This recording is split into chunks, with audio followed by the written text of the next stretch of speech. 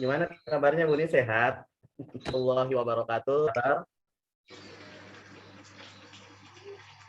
Saya Haryono siap menemani malam Anda dengan obrolan yang menarik atas kerjasama TOT Jabar, IGI Kabupaten Indramayu, IGI Kabupaten Majalengka, dan IGI Kota Bogor. Obrolan santai jelang tidur, mungkin juga sambil menemani Bapak Ibu mempersiapkan perangkat pembelajaran buat besok pagi. Seperti biasa, di gelaran TOT malam ini ada tema obrolan dan narasumber. Tema obrolan kita malam ini tentang teknik menulis literatur review dalam artikel ilmiah dan disertasi. Tentunya Bapak Ibu ada yang sedang melanjutkan mungkin ya di kependidikan S2 atau S3 atau mungkin berencana melanjutkan studi, atau bisa jadi Bapak Ibu juga lagi mempersiapkan untuk karya ilmiah buat persyaratan naik pangkat. Biasanya akan muncul kesulitan saat menulis literatur review dalam artikel ilmiah atau disertasi. Nah, pada malam ini untuk memecahkan permasalahan ini kita akan obrolin sama narasumber kita, Profesor Dr. Insinyur Ujang Sumarwan MSc yang sudah hadir di ruang Zoom meeting. Selamat malam, Prof. Selamat malam. Makasih Pak Haryono.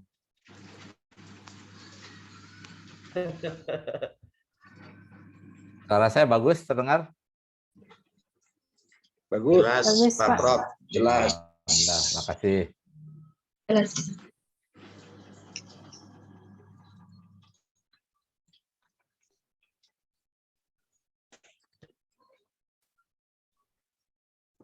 Suara Pak Haryono nggak ada? Terpental apa? Ya.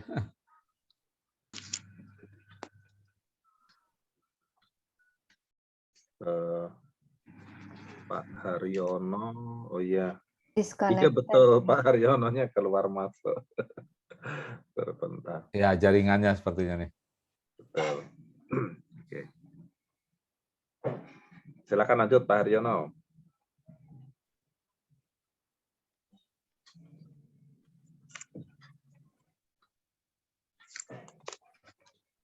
Iya. Jadi Pak Haryono kesulitan sinyal ya.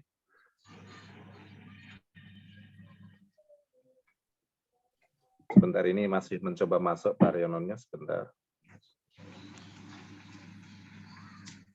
Ya. Ya. Pak Haryono silakan Pak Haryono. Oh ya.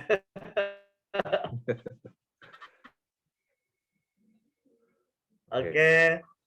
Mohon maaf tadi Pak Joko ini ada sedikit. Kayaknya kelihatannya udah nyalakan. Oh ya.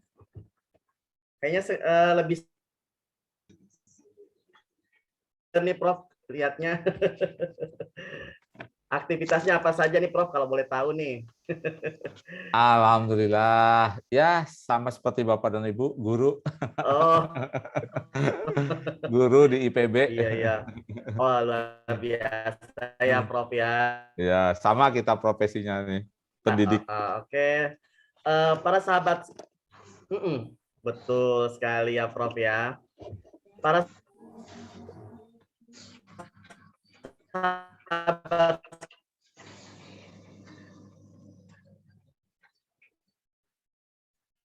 kalian, perlu kita ketahui semua bahwa profesi kita pada malam ini tanpa panjang lebar, mari kita dengarkan penyampaian dari Prof. Ujang. Dengan ini disilahkan. Mangga Prof. Baik, Assalamualaikum warahmatullahi wabarakatuh. Waalaikumsalam. Salam. Bismillahirrahmanirrahim. Alhamdulillahirrahmanirrahim. Hamdan naimin, hamdan syakirin. Hamdan yuafi ni'amahu wa yukafi mazidah. Bapak Ibu, marilah kita panjatkan puji syukur pada Allah Subhanahu wa taala, kita bisa diberikan, alhamdulillah diberikan kesehatan yang baik, bisa berkumpul di ruang virtual room ini. Yang saya hormati Pak Joko Setiono, Ibu Ninik Budiastuti, Pak Haryono, Pak Ruli, serta Pak Syarif Budiman, dan Bapak Ibu semuanya nih Mohon maaf tidak disebutkan satu persatu. Kita langsung saja mendiskusikan ya. Ini saya hanya sharing ya, bukan mengajari ini ya. Mohon maaf ya. Hanya sharing ya, bahwa kita sama-sama belajar lah, sama-sama pembelajar ya, dari sharing pengalaman ya. Baik Bapak dan Ibu sekalian, saya langsung share screen Pak ya.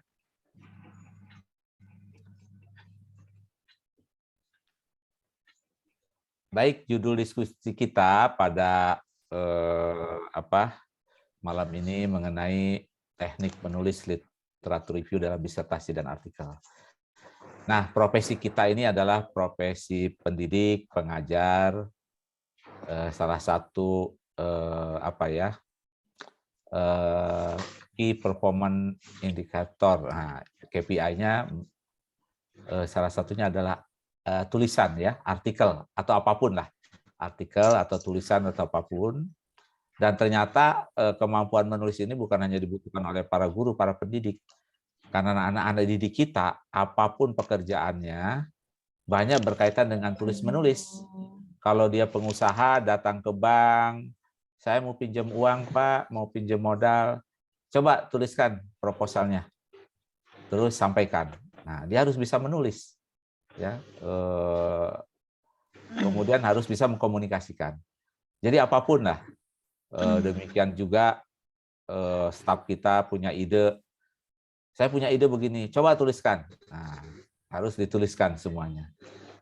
Nah, apalagi yang pendidik seperti kita ya, guru maupun dosen, menulis itu adalah salah satu bagian dari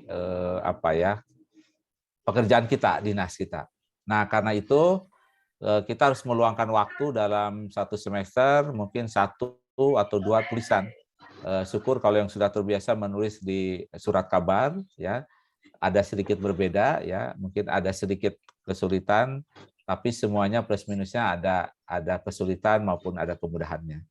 Nah, yang akan saya sampaikan di sini adalah bagaimana kita menulis artikel yang kita publikasikan maupun yang mau kita presentasikan dalam sebuah seminar ya, maupun forum ilmiah lainnya. Nah, bagi mereka yang sedang menulis tesis maupun disertasi, nah ini juga merupakan bagian yang sangat penting. Dan bagi Bapak dan Ibu yang walaupun mungkin sudah selesai kuliahnya maupun yang belum kuliahnya, tetap harus menulis.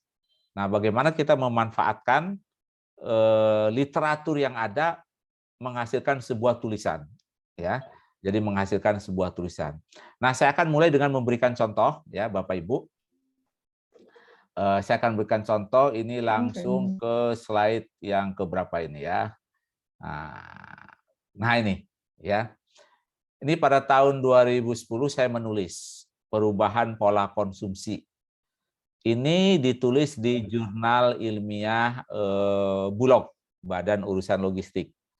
Apa yang menjadi sumber tulisan ini? Ya,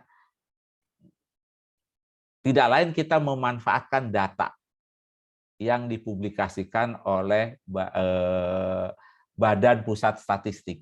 Ya, jadi, nah data itu apa? Jadi mereka mempublikasikan data, ya. Nah, ini datanya.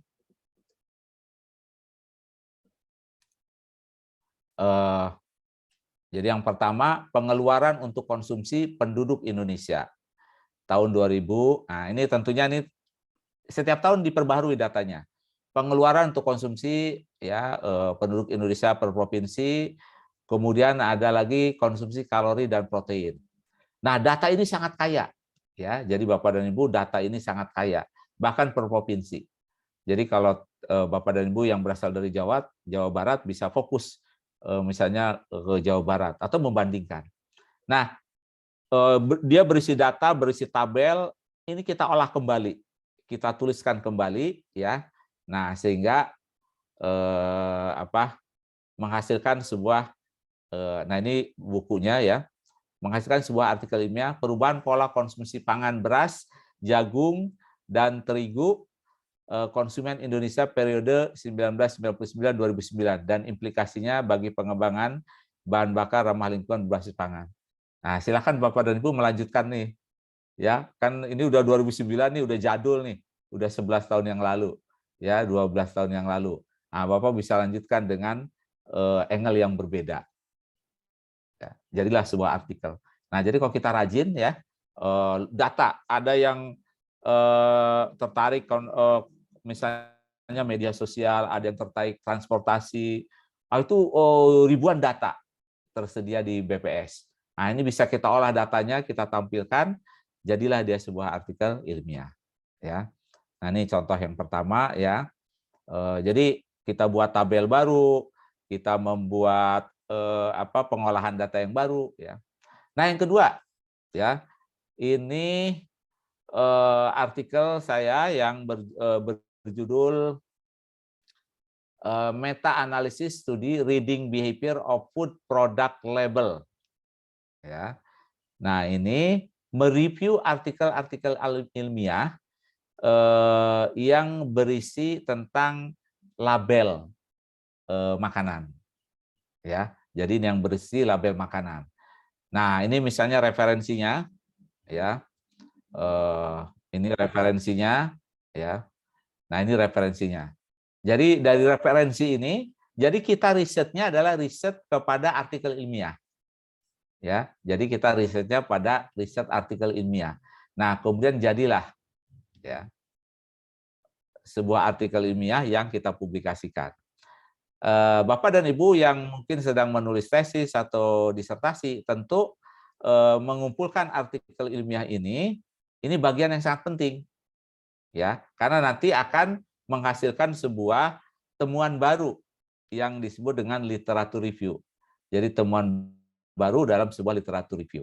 Ya, nah jadi kita bisa membuat tadi. Jadi ada dua pendekatan ya, paling tidak baca artikel-artikel ilmiah, bisa untuk dipublikasikan, diseminarkan, kemudian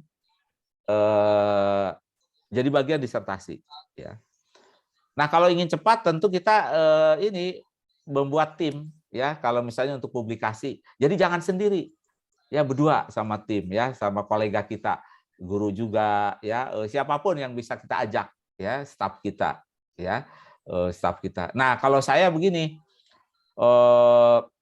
saya keluar uang dari kocek sendiri ya, mahasiswa yang baru selesai jadikan asisten. Ya, kemudian nanti dia menjadi penulis pendamping. Nah, kita arahkan dia menulis. Nah, kita arahkan dia menulis. Nah, kemudian kita sebagai penulis pertamanya. Ya. Nah, ini juga bisa cara seperti itu. Oke. Nah, kemudian yang berikutnya dalam disertasi.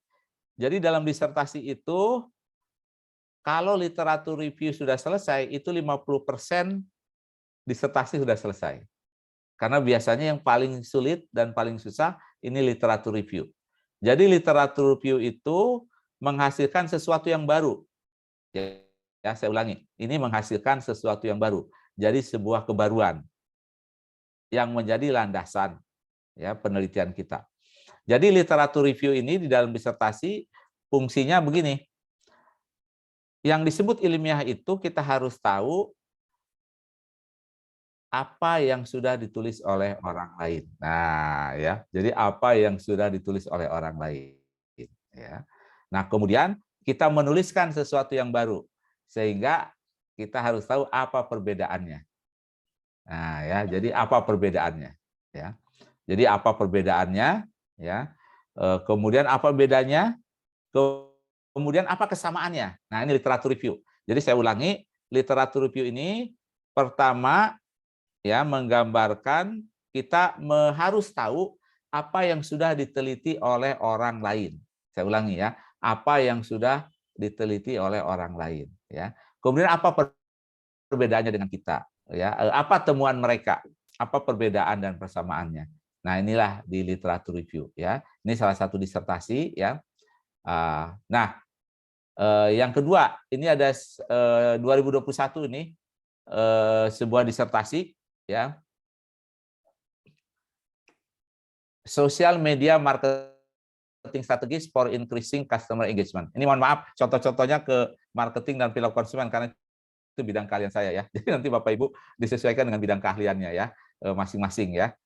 Jadi ini karena keterbatasan saya tidak bisa memberikan contoh yang lain, tapi esensinya sama ya. Nah, ini bagian literatur review-nya. Jadi di dalam literatur review itu kita membuat judul, subjudul, heading, dan subheading, sehingga menampilkan sesuatu sesuatu cerita yang baru, ya, sesuatu temuan baru. Nah, misalnya dia bicara mengenai review of professional and academic literature, kemudian social media marketing strategies, effect social media marketing on company's brand image, presentation of literature. Nah, sama seperti yang sebelumnya. Nah, ini seperti yang sebelumnya juga sama ini kan. Jadi kita menghasilkan topik-topik di dalam literatur review itu. Misalnya mengenai landasan teori, ya, landasan teori studi ini. Nah, jadi literatur review fungsinya juga ini. Kita menjelaskan apa landasan teori. Jadi ada dua macam literatur review. Yang pertama teori sebagai landasan studi kita, yang kedua hasil penelitian terdahulu. Jadi dua pada intinya ya. Nah, seperti yang di dalam slide ini ya, theoretical foundation of the study. Nah, teorinya resource management theory, stress theory, resource management model, escape theory, prospect theory. Nah, kemudian membahas economic well-being, personality trait. Nah, jadi intinya dua ya. Jadi yang pertama mereview, mengkaji apa teori yang relevan. Nah, yang kedua, menampilkan hasil-hasil penelitian terdahulu. Nah, kira-kira dua itu ya. Jadi saya ulangi, literatur review akan terdiri dari dua bagian. Nah, kemudian ya. Nah, ini ya isi dari literatur review ya. Yang tadi disertasi ya, presentation of summary scholar ya, mungkin ini dia ya, effect of social media marketing on a company's brand image, presentation of literature regarding attempt to measure success, dan seterusnya. Jadi kita berikan judul. Nah, jadi literatur review ini memberikan informasi yang baru, sudut pandang yang baru ya, kemudian analisis yang baru dan lain sebagainya ya. Nah, karena itu, Bapak dan Ibu guru semuanya, maka salah satu kebiasaan yang harus kita lakukan adalah rutin mengumpulkan artikel ilmiah yang nanti mungkin menggambarkan keahlian kita. Kalau yang sedang menulis tesis atau disertasi, menggambarkan topik penelitian kita. Kita kumpulkan ya, 1 minggu, 2 atau 3, kemudian dibaca abstraknya, kita baca kesimpulannya dan seterusnya ya.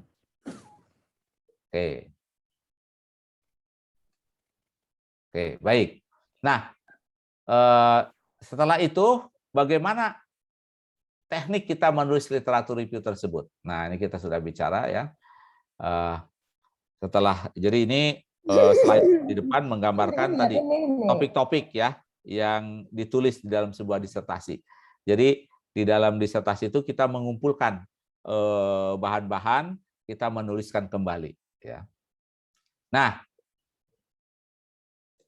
bagaimana memulai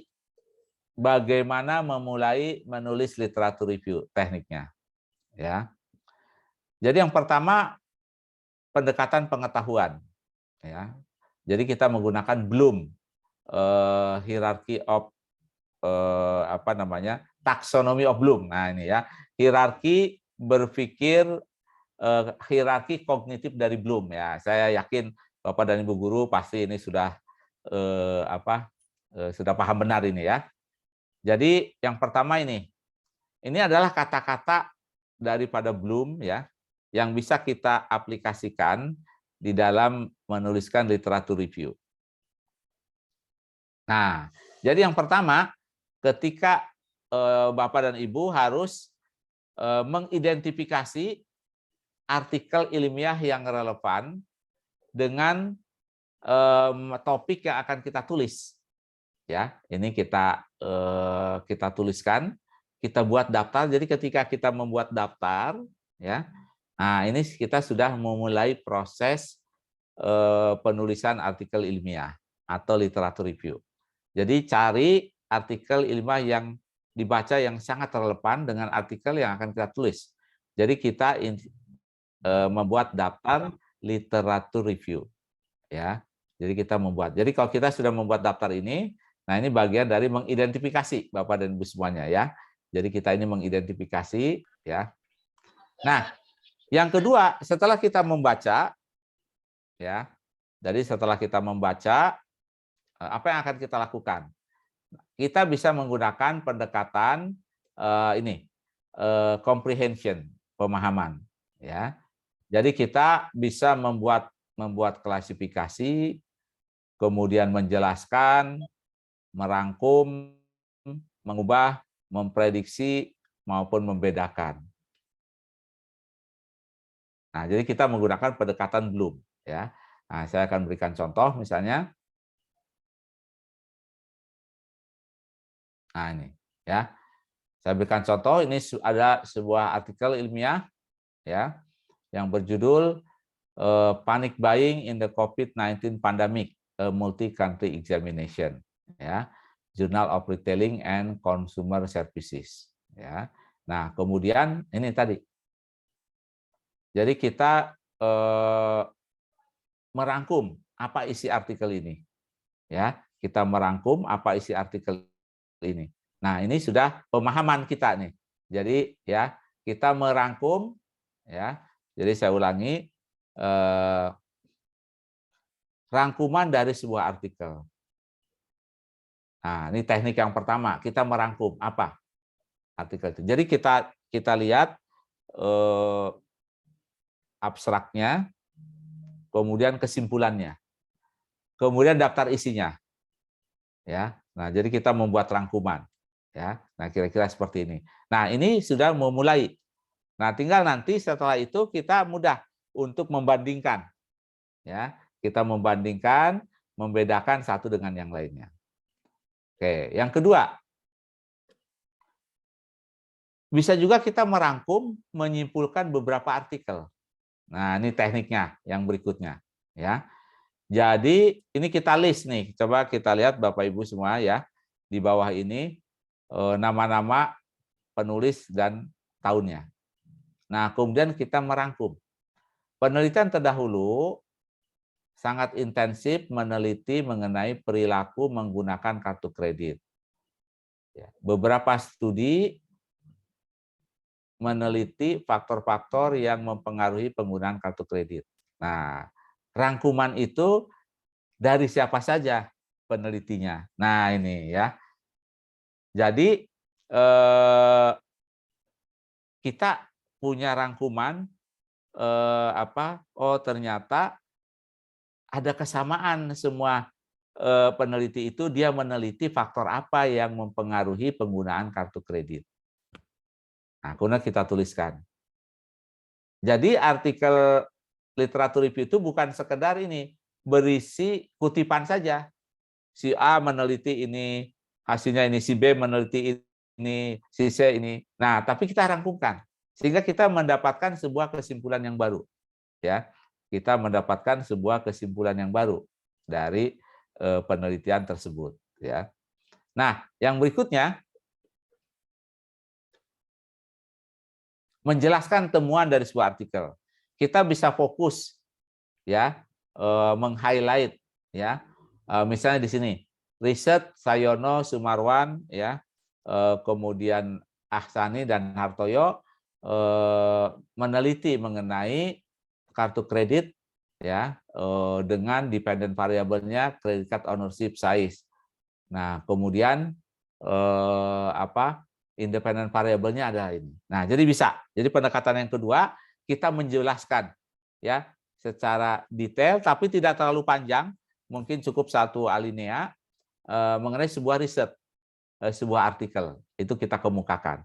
Tentu yang relevan dengan topik kita. Nah, itu yang pendekatan yang kedua, ya. Kemudian yang ketiga, membuat klasifikasi. Nah, ini ya. Jadi membuat klasifikasi. Nah, jadi kita menghimpun beberapa artikel, kemudian kita klasifikasikan.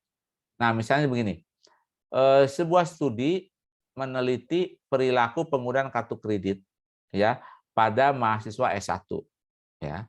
Nah, ini siapa saja yang melakukan riset ini? Nah, kemudian there are studies focus on impulsive buying behavior. Ada studi yang fokus kepada perilaku impulsif ya. Kemudian ada studi yang fokus kepada pembayaran kartu kredit. Nah, kemudian siapa penelitinya? Selanjutnya ada studi ya yang meneliti jumlah kartu kredit yang dimiliki. Nah, jadi ini kita membuat beberapa klasifikasi dari riset terdahulu mengenai kartu kredit ya. Jadi kita membuat klasifikasi. Nah, ini yang kita sebut dengan membuat klasifikasi. Ya, jadi penting sekali. Sehingga kita mendapatkan sebuah knowledge yang baru, sebuah pengetahuan yang baru dengan teknik membuat klasifikasi ini. Ya. Nah, dari situ baru siapa yang penelitiannya? Bittiker 2010, Rob dan Saab 2009, Limbu dan seterusnya. Nah, jadi tidak satu persatu ya. Misalnya Bittiker 2010 mengemukakan, ini mengemukakan. Nah, itu namanya daftar penelitian terdahulu, bukan literatur review. Ya, saya ulangi. Jadi kalau literatur review itu kita membuat klasifikasi. Ya, kita menyimpulkan kemudian merangkum, ya. Oke. Baik, berikutnya ya. Membedakan. Nah,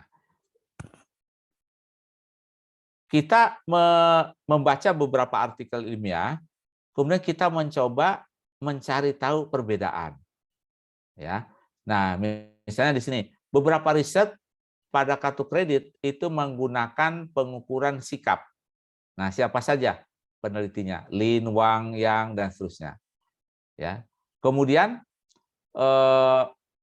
Lin, Wang, dan Yang mengukur sikap terhadap kartu kredit dengan melalui intensitas penggunaan kartu kredit. Nah, kemudian intensitas diukur dengan dan seterusnya.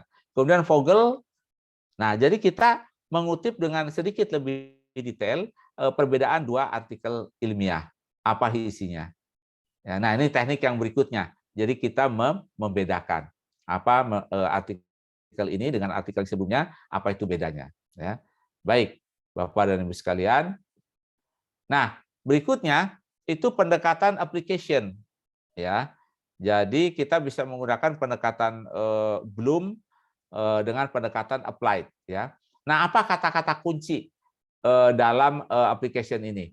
Nah, salah satunya adalah mendemonstrasikan, menghitung, merancang solusi, memodifikasi, menyusun, mengoperasikan, dan mengaitkan. Nah, jadi ini kata-kata kunci yang bisa kita gunakan dalam literatur review dengan pendekatan Bloom. Ya. Oke, lanjut. Kita lanjutkan. Nah, ini kita lihat. Ya. Menyusun dan mengaitkan. Menyusun teori dan konsep yang terkait dengan topik disertasi dan menjadi landasan disertasi. Nah, ini. Jadi ketika kita menyusun poin-poin, oh disertasi ini tentang loyalty reward program, tentang customer equity, tentang customer relationship, tentang relational program, tentang relational quality, kemudian tentang customer segmentation. Nah, ini yang kita sebut dengan menyusun teori dan konsep yang terkait dengan disertasi kita. Jadi disertasi kita tentang apa saja. Nah, kemudian kita tuliskan artikelnya, apa yang relevan. Ya. Oke, kemudian berikutnya, nah ini contoh yang lainnya. Ya, ini adalah sebuah artikel dari mahasiswa doktor saya. Ini judulnya. Ya, jadi kita lihat di dalam sebuah judul. Tolong dicatat ya, ini teknik yang berikutnya ya. Dalam sebuah judul artikel ya, ada yang kita sebut dengan variabel. Ya. Jadi kita lihat misalnya nih judulnya Managing Reward to Enhance Customer Value. Ya, Modeling of customer financial and non-financial valuation case study, non-faith and accumulated reward program of frequent flyer. Jadi kita lihat di sini, oh ini disertasi mengenai modeling. Kemudian ada variabelnya non-financial valuation. Kemudian non-faith and accumulative reward program. Nah, dari sini maka kita bisa mencari artikel-artikel yang terkait dengan tadi. Modeling customer financial and non-financial valuation. Ya, kemudian reward program. Ya, dari judul ini kita bisa mencari menelusuri artikel yang relevan dengan yang akan kita tulis, ya. Nah, pendekatan berikutnya analisis, ya. Dalam analisis itu kata-kata yang kita gunakan membuat diferensiasi, membuat diagram, membuat estimasi, kemudian memisahkan, merujuk, menyusun secara sistematis, ataupun membagi. Nah, ini ya, ataupun kita membagi. Nah, ini kita lihat analisis. Jadi artikel-artikel ini kita kita rangkum membuat sebuah diagram, maka ini pendekatannya analisis. Jadi ini lebih advance ya dari pendekatan yang sebelumnya. Nah, ini saya berikan contoh, misalnya begini. Kita berikan contoh. Nah, ini ya. Membuat diferensiasi, membuat diagram, menyusun secara sistematis. Jadi dari literatur review kita membuat diagram seperti ini. Nah, diagram ini menggambarkan apa? Perbedaan, penelitian-penelitian terdahulu. Yang kedua, membuat diagram. Kemudian kita menyusun secara sistematis. Ya, jadi kita membuat gambar, membuat diagram. Nah, ini pendekatannya analisis. Jadi saya ulangi, ini pendekatannya analisis. Ya, jadi kita lihat. Literatur review ini menganalisis bagaimana riset tentang implementasi strategi. Ternyata disusunlah 3 hal. Dan 3 hal ini menggambarkan perbedaan satu dengan yang lainnya. Yang pertama, riset-riset tentang model langkah implementasi strategi. Yang kedua, kelompok kedua, riset mengenai faktor pendukung kesuksesan dan implementasi strategi. Nah, yang ketiga, riset mengenai problem kegagalan implementasi strategi. Nah, coba Bapak dan Ibu perhatikan. Kesimpulannya, 4 gambar ini, tapi diambil dari sekitar 18 artikel ilmiah. Nah, ini ya. Nah, inilah kemampuan, ya, kemampuan seorang penulis, ya. Apakah dia mahasiswa doktor maupun mahasiswa master, dia harus bisa membuat sebuah kesimpulan, sebuah rangkuman, ya, membuat diagram. Nah, jadi ini levelnya udah analisis, levelnya udah tinggi, ya. Nah, kemudian apa artikel yang terkait, ya, artikel yang terkait dengan yang relevan. Nah, jadi kalau Bapak sudah membuat diagram seperti ini, nah itu sudah melakukan literatur review yang level yang lebih tinggi. Ya, nah jadi ini bayangkan bagan ini mungkin dihasilkan dari 2 minggu membaca 18 artikel ilmiah, bahkan mungkin juga 1 bulan gitu Bapak dan Ibu semua ya. Jadi tolong dicatat, ini bisa prosesnya menjadi sangat panjang ya. Oke, baik.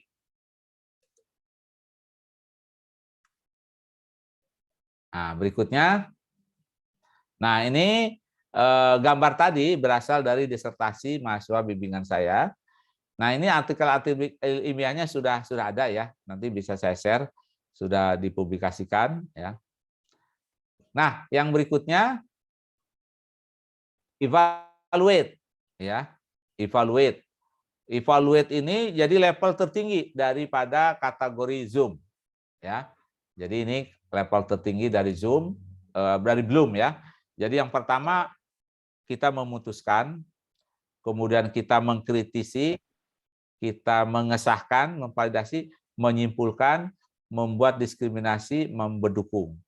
Jadi kalau kita memutuskan misalnya oh kita akan memasukkan variabel pendapatan di dalam penelitian kita. Nah, Bapak udah levelnya tinggi tuh, sudah evaluate. Ya, saya ulangi, udah levelnya tinggi, Bapak sudah melakukan evaluasi. Ya. Kemudian Bapak dan Ibu misalnya mengkritisi penelitian terdahulu. Nah, itu sudah levelnya evaluate. Ya, udah level tinggi. Kemudian membuat pengesahan. Ya, misalnya saya setuju dengan model ini, saya akan gunakan. Nah, itu berarti Bapak sudah levelnya tinggi.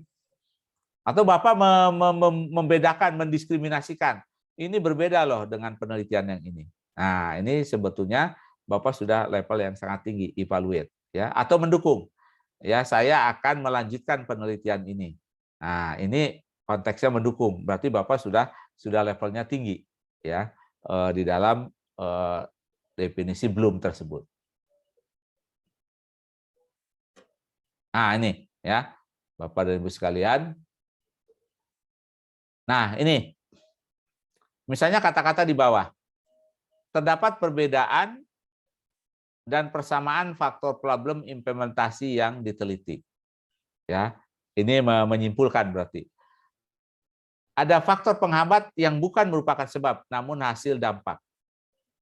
Ya, faktor penghambat implementasi strategi belum terstruktur dalam kerangka proses manajemen strategi. Nah, kata-kata faktor penghambat implementasi strategi belum terstruktur dalam kerangka proses manajemen strategi. Nah, itu artinya kita mengkritisi dan juga menyimpulkan.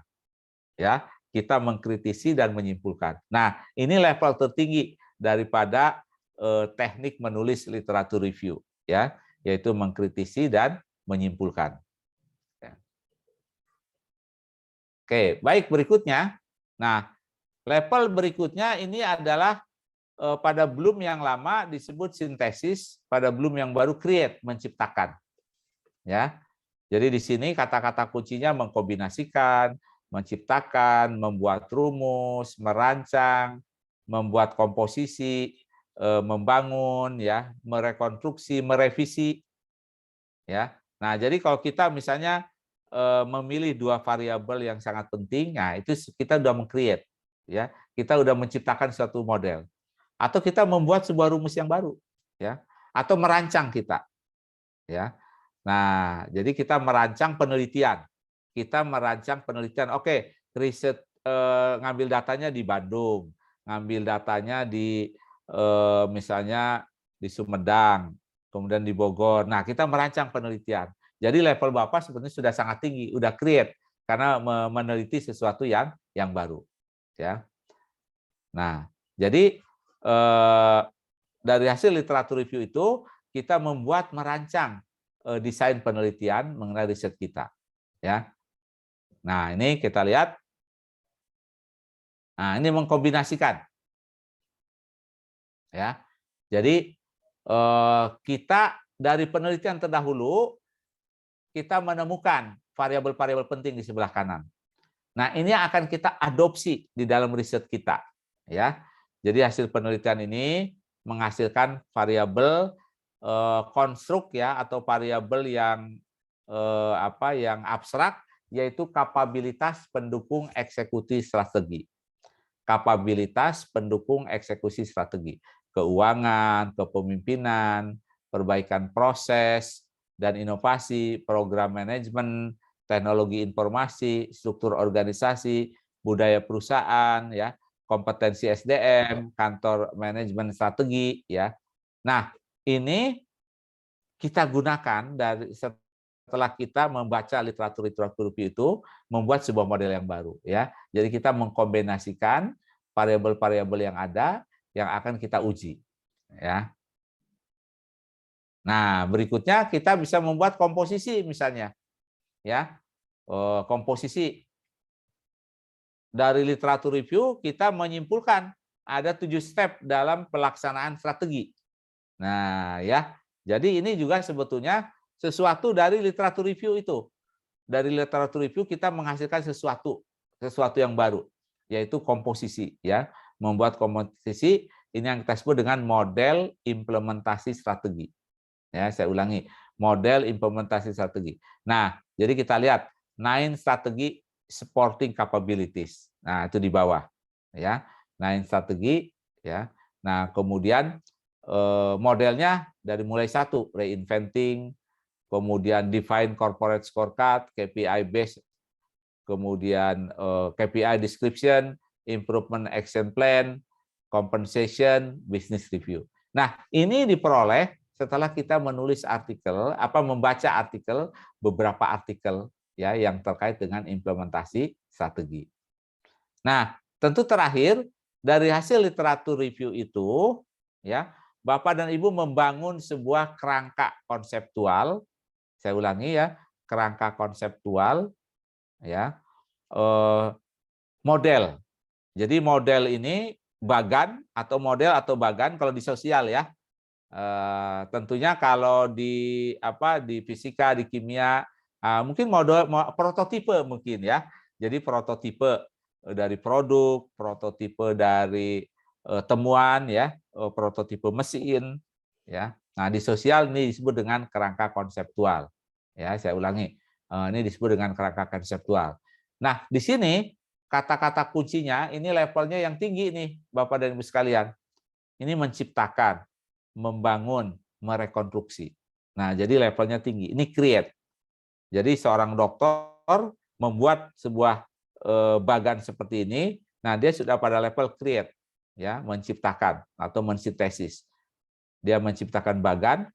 Nah, sama juga Bapak dan Ibu yang belajar mungkin kimia, engineering, ya, blueprint. Nah, itu adalah bisa menggambarkan ini sebuah kerangka, ya, sebuah temuan berdasarkan tadi mengambil data kan, Bapak dan Ibu diskusi dengan yang akan penyandang dana gedung, kemudian meneliti tanah, ya, kemudian meneliti lingkungan, kemudian meneliti keinginan dari penyandang dana, kemudian Bapak muncullah sebuah bangunan, ya, sebuah gambar arsitektur bangunan, ya, itu juga merupakan sebuah Bapak berarti menciptakan, membangun atau merekonstruksi, ya. Oke, bagian pertama ini sampai sini dulu. Nah, kita diskusi dulu nih Pak Haryono, ya, supaya jangan terlalu banyak nih, ya. Oke, silakan, ya. Nah. Oke, ya benar Prof. Terima kasih Prof atas penyampaiannya materinya. Izinkan saya membuka sesi tanya jawab ini ya Prof ya. Ya, Ini silakan.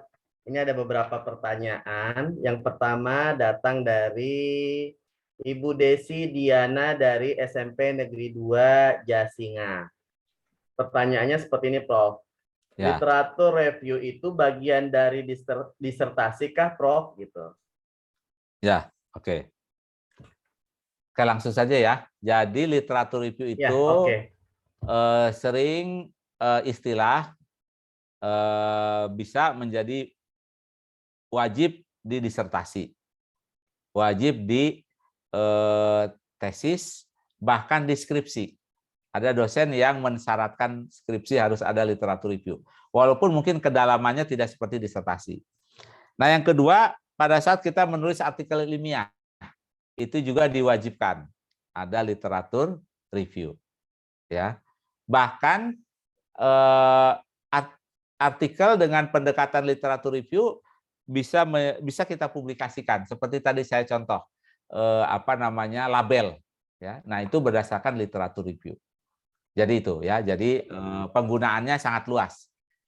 Ya, jadi bisa dia menjadi bagian dari disertasi. Ya, biasanya disertasi mensyaratkan adanya literatur review. Kemudian skripsi, tesis itu juga mensyaratkan. Nah, yang terakhir artikel ilmiah. Artikel ilmiah ini memang mensyaratkan adanya literatur review tersebut. Ya. Ya, silakan. Berikutnya. Oke, terima kasih Prof. Berikutnya ada pertanyaan dari Ibu Ninik Budiastuti. Kira-kira seberapa banyak literatur yang diperlukan untuk tesis maupun disertasi dan batasan tahunnya kira-kira ada nggak, Prof? Ya, baik. Terima kasih. Yang pertama mengenai jumlah, biasanya sangat intensif ya. Untuk disertasi itu intensif. Kalau saya di IPB itu, terutama bimbingan saya, itu mensyaratkan minimal 75 artikel ilmiah dan 75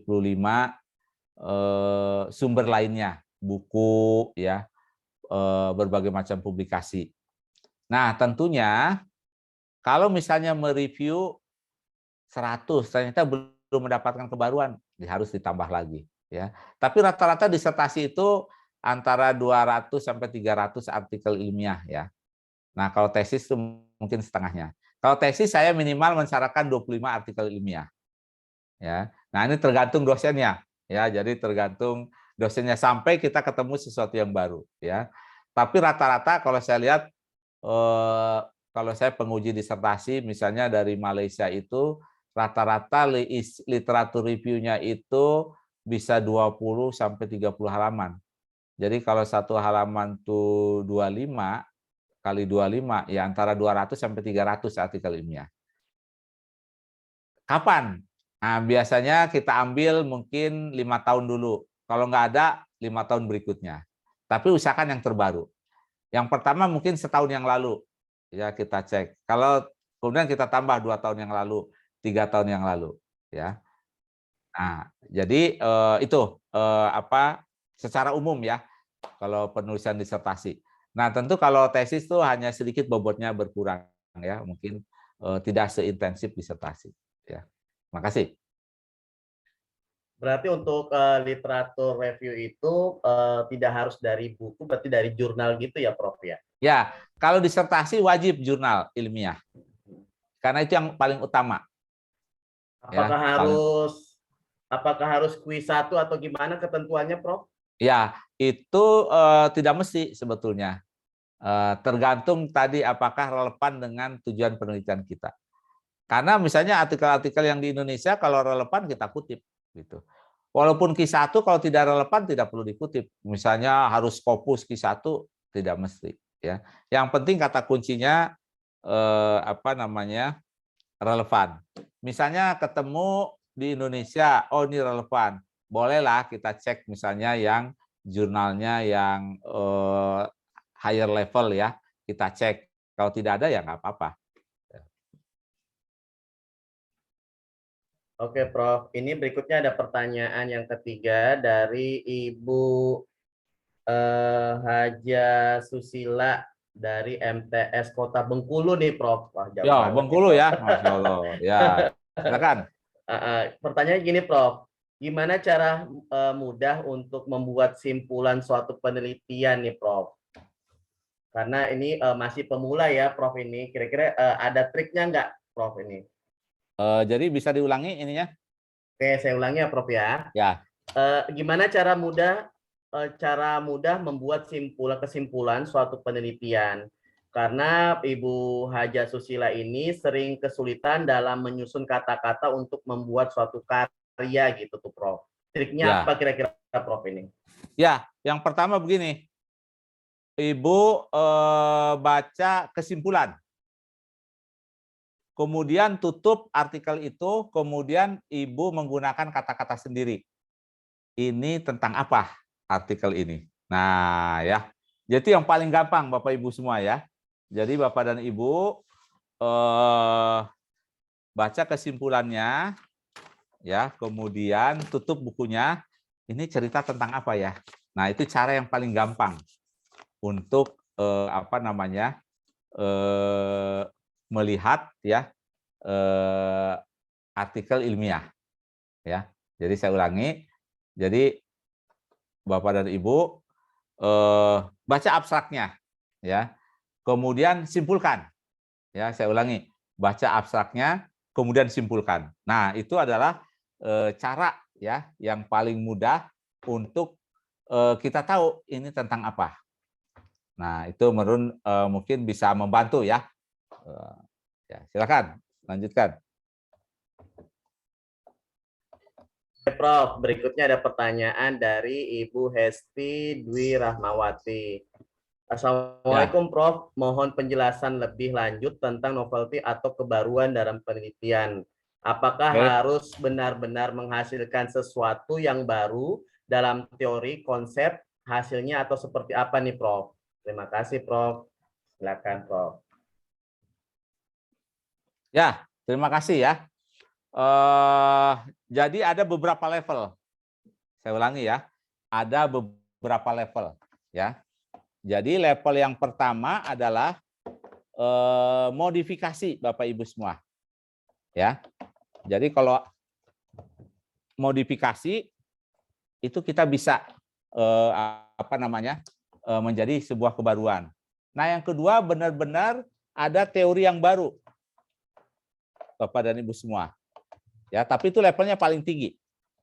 Tapi di kita biasanya itu adalah menggunakan modification, ya.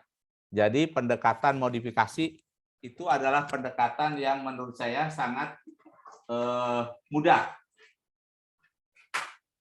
Nah, tergantung dosen nanti yang menentukan apakah ini benar-benar baru atau tidak. Ya. Jadi yang kedua adalah dari sisi variabel, Pak, Bapak Ibu semuanya ya. Jadi pengukurannya, ya. Jadi pengukurannya ini harus benar-benar baru, ya. Oke, Bapak Ibu, saya izin ya. Ini baterai saya udah ini agak mati. Mohon ditunggu 1 menit ya. Ini colokan saya bermasalah nih. Oke Prof, kita Bentar ya. tunggu. Ini.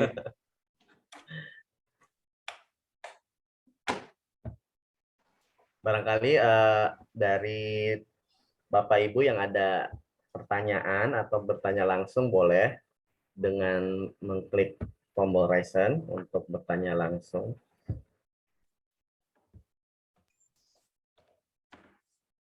Ya, oke, silakan. Sudah supply-nya. Oke. Barangkali ada lagi yang mau ditambahkan barangkali Prof tadi. Ya, jadi begini ya. Kalau di penelitian sosial, ya, saya kebetulan orang marketing ya. Nah, ini ada 7 level kebaruan ya. Nah, yang paling rendah itu repetisi. Jadi misalnya model yang sama, datanya dari Bandung, yang satu dari Bogor, nah itu bolehlah untuk S1. Ya, tapi mungkin tidak untuk S2. S2 mungkin sedikit lebih variabelnya ditambah, ya. Nah, kalau yang disertasi itu pertama modelnya harus diubah, kemudian ada sebuah teori yang baru yang dimasukkan, dan yang ketiga bisa dari sisi ini pengukuran instrumen, ya. Jadi instrumennya yang ini mungkin ada sesuatu yang baru, ya, sehingga menghasilkan sebuah temuan yang baru. Nah, itu baru bisa, ya. Jadi silakan Bapak dan Ibu diskusi dengan para pembimbingnya. Dan ini memang bagian yang ini ya, yang paling tricky mengenai kebaruan itu atau novelty, ya. Nah, nanti ada beberapa video saya tentang kebaruan ya. Nanti akan saya share Pak ini ya, Pak Haryono ya. Siap, Nah, siap. saya Prof. menulis Nanti beberapa diteruskan. ada diskusi saya mengenai ini, ada 2 atau 3 video. Nanti saya share, nanti lebih detail. Sama sekalian nanti saya share juga artikelnya ya, bahannya nanti saya share ke Pak Haryono. Ya, besok Oke, pagi saya siap, siapkan Prof. dulu dengan tadi kebaruan, novelty. Tapi ada juga orang menyebutnya contribution. Nah, ini ya, contribution atau novelty, ya. Jadi sebetulnya novelty itu dihasilkan dari kebaruan, sesuatu informasi yang baru. Misalnya begini, kalau kita tidak melakukan penelitian, itu kita tidak tahu gitu informasi tersebut, ya. Misalnya begini, kenapa orang tertular gitu ya? Sekarang kita kan basisnya berdasarkan pengamatan, ya. Nah, kemudian kita buktikan dengan riset, dengan mewawancarai, dengan melakukan uji ini, Kemudian kita menyimpulkan, oh ternyata ada faktor lain nih penyebab orang terkena COVID itu misalnya. Nah, itu sebuah temuan yang baru. Ya, jadi hasil penelitian itu merupakan sebuah temuan ya, Bapak dan Ibu sekalian. Jadi hasil informasi terbaru ya mengenai mengenai yang kita teliti itu sesungguhnya sebuah temuan Bapak Ibu semua ya, temuan yang sangat penting ya. Yang ketiga, implikasi manajerial. Nah, ini juga penting ya. Jadi temuan itu juga berisi ada hasil penelitian, kemudian apa nih implikasinya? Misalnya membuat kebijakan publik, ya, itu juga bagian dari kebaruan. Ya, jadi ketika Bapak merumuskan kebijakan, setelah kita ketahui hasil penelitiannya, kemudian kita merumuskan kebijakan, ya, untuk kebijakan publik, ya, maupun mungkin kalau orang marketing kebijakan perusahaan. Nah, itu juga merupakan sebuah kebaruan ya. Nah, jadi nanti kalau kita menerbitkan artikel ilmiah, apapun bentuk artikel ilmiahnya, misalnya apakah berdasarkan literatur review, apakah berdasarkan analisis data, maka dia tanya apa yang kontribusinya buat pengetahuan. Nah, itu yang pertama. Nah, jadi ketika Bapak dan Ibu membaca artikel ilmiah lebih dari 100, lebih 200, membaca dengan detail, itu insya Allah akan ketemu apa yang belum dilakukan oleh orang lain. Jadi yang berikutnya kebaruan itu ini, berbentuk yang belum dilakukan oleh orang lain, kemudian kita melakukan penelitian itu dan memberikan kontribusi, nah itu adalah sesuatu yang baru. Ya. Nah demikian Pak Har. Oke, Prof. Kayak kita kuliah S3 nih, Prof. Ini. Mantap ilmunya. TOT rasa S3 nih, Prof. Kelas dokter. Kira-kira bisa kerjasama nih, Prof, untuk kedepannya. Barangkali ada mahasiswa-mahasiswa Prof, barangkali butuh data untuk kerjasama dengan Bapak Ibu ya, guru hebat gitu ya, Prof ya. Ya, siap ya. Oke, mungkin Iya. bisa kita lanjutkan lagi ya, sedikit lagi. Ya, silakan Tapi Prof. kalau lanjut. ada yang mau bertanya, interupsi aja nggak apa-apa. Oke, Prof. Iya. Ya, interupsi. Oke, sekarang saya akan berbagi mengenai teknis ya. Apa yang kita cantumkan pada saat kita melakukan literatur review. Nah, ini kan penting nih ya. Apa saja yang harus kita tuliskan. Oke, saya akan share. Ya, bisa dibacakan nih pertanyaannya, ada dari chat nih Pak Bahar.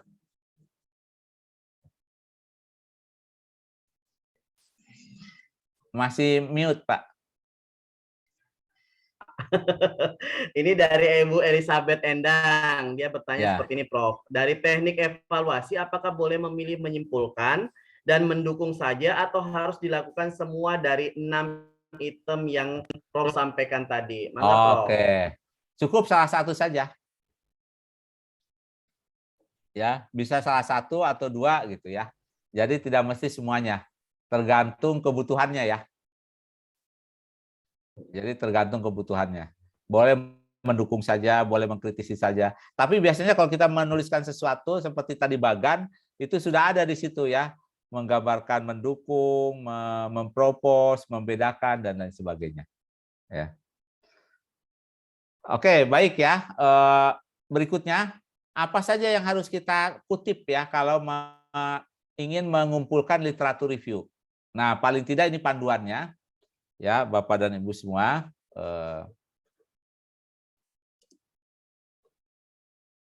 Oke, pertama tuliskan latar belakang. Kedua, tuliskan rumusan masalah. Kemudian tuliskan apa pertanyaan penelitiannya. Nah, ini langkah awal kita bisa mengidentifikasi ya untuk bisa menuliskan artikel literatur review ya. Oke, kemudian berikutnya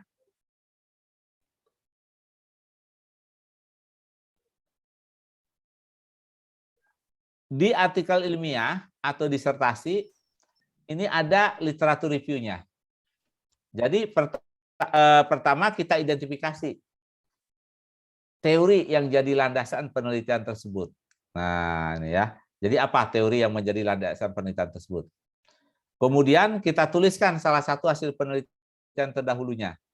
Nah, kemudian kita bertanya, apakah ada bagan kerangka penelitian atau kerangka konseptual atau kerangka pemikirannya. Tadi bagan.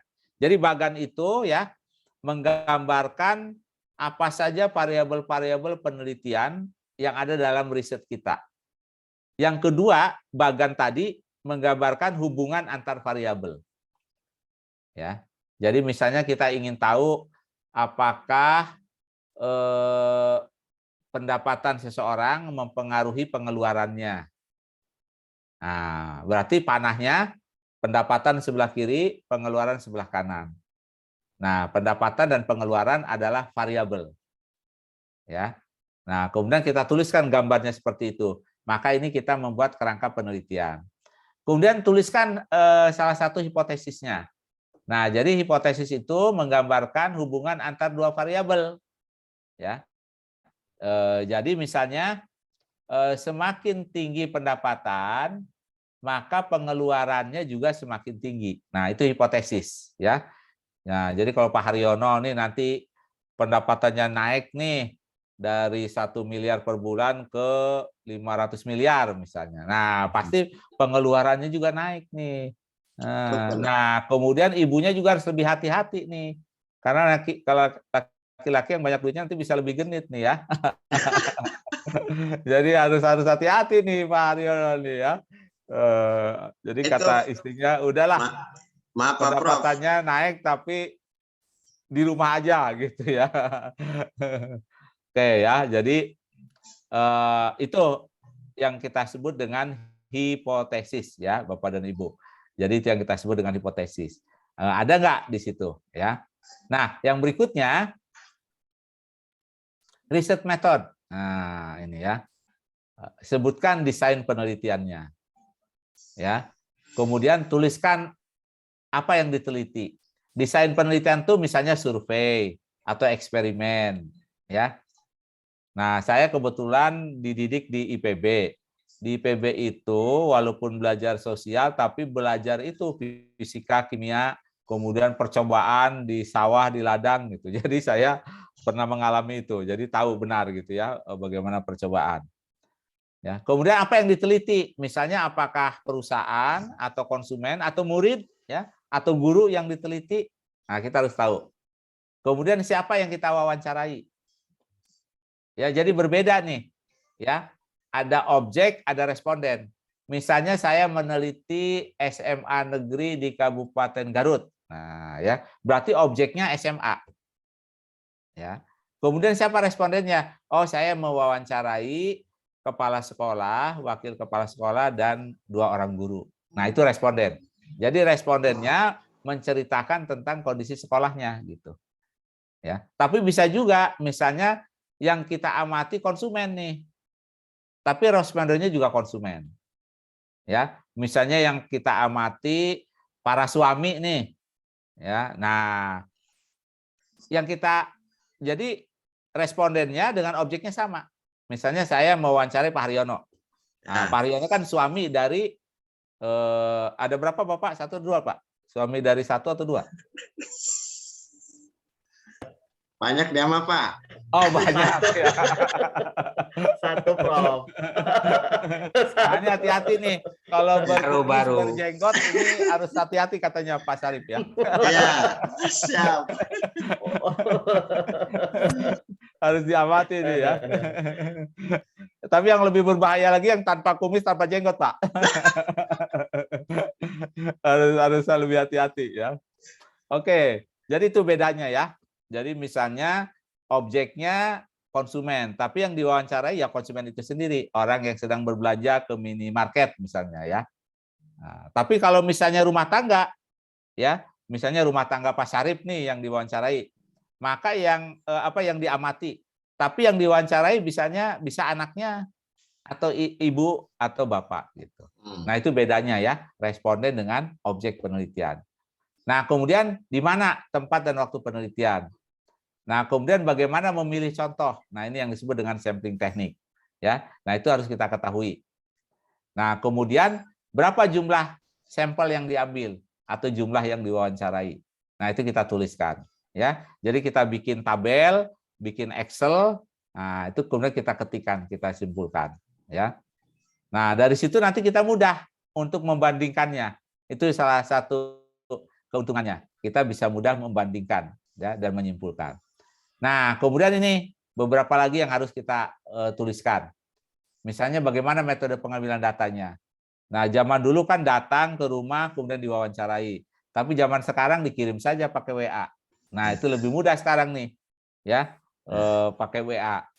Ya, jadi namanya pakai Google Form ya. Formulir di Google. Nah, itu juga sudah membantu. Kalau dulu kan harus pakai telepon ya diwawancarai. Sekarang bisa pakai online, dan itu hampir diperbolehkan ya, karena kita mengikuti apa ya kemajuan zaman lah ya. Nah, kemudian apa sih variabelnya? Jadi variabelnya itu tadi misalnya pendapatan, pengeluaran. Nah, itu kita tuliskan ya. Nah, kemudian ini teknis ya, kalau belajar statistik nanti ada yang disebut dengan ini. Ada nggak dependen variabelnya? Jadi kalau misalnya saya meneliti pengaruh pendapatan terhadap pengeluaran, maka independennya pendapatan. Jadi faktor yang mempengaruhi. Kemudian dependennya apa? Pengeluaran. Ya. Jadi biasanya semakin maaf, tinggi. Prof. Ya. Prof, tulisannya ngeblur ya, Prof ya? Apa terlalu di? Oh enggak, ini berarti jaringan, Pak. Oh begitu ya, Prof. Ya, Oke, ini jaringannya. terima kasih, Ya. Prof. Lanjut, Prof. Jaringan saya bagus, Prof. Wah, berarti Pak Haryono yang punya problem nih. Iya, Prof. Maaf ya, Prof ya. Ya. Saya Atau juga sama. no, laptopnya belum lunas, Pak. Oh, iya. 10 kali Gimana Bu cicilan. Ari? Bu Ari? Jelas Oh, Bu Ari? tulisannya sama, nggak Ya. jelas saya. Oh, Jadi ngeblur. saya jelek juga ya. Oh, Mas Ibu Haris ya. gimana, Pak? Oke. Saya biasanya jelek kalau tagihannya belum saya bayar, Bu. Iya, Ya, jaringannya beragam ya. Ini kan antar kota ya. Ya, di Nah, Banten ya, bagus, antar di Banten bagus. kota. Banten bagus ya. Oke ya. Orang Di Telkom kayaknya Bekasi takut blur, sama orang Prof. Banten nih. Di Bekasi blur. Oh, di Bekasi blur. Oke. Ya. Ini kalau Karena Telkom. Bekasi hujan deras. Oh, hujan deras ya, betul Bu. Kalau hujan udah nggak bisa apa-apa tuh biasanya ya. Iya, Kadang Prof. listrik juga mati ya. Tapi Betul syukur sekali, ini Prof. kita. Ya. Oke, nah yang berikutnya ini apa operasionalnya? Jadi operasional itu begini. Apa sih yang dimaksud pendapatan? Oke, pendapatan adalah misalnya semua imbalan yang diterima dalam bentuk rupiah ya karena kita bekerja. Nah, itu ya. Jadi kita definisi apa sih yang dimaksud pendapatan. Terus apa sih yang dimaksud dengan pengeluaran? Nah, misalnya segala macam barang dan jasa yang dibeli oleh seseorang atau oleh rumah tangga, ya. Nah, itu biasanya yang disebut kita mendefinisikan, ya. Nah, dari sini nanti akan timbul kebaruan Bapak Ibu semua, ya, kebaruan yang akan timbul. Nah, jadi ini definisi operasional. Nah, kemudian ada istilah nih moderating, ada intervening ya.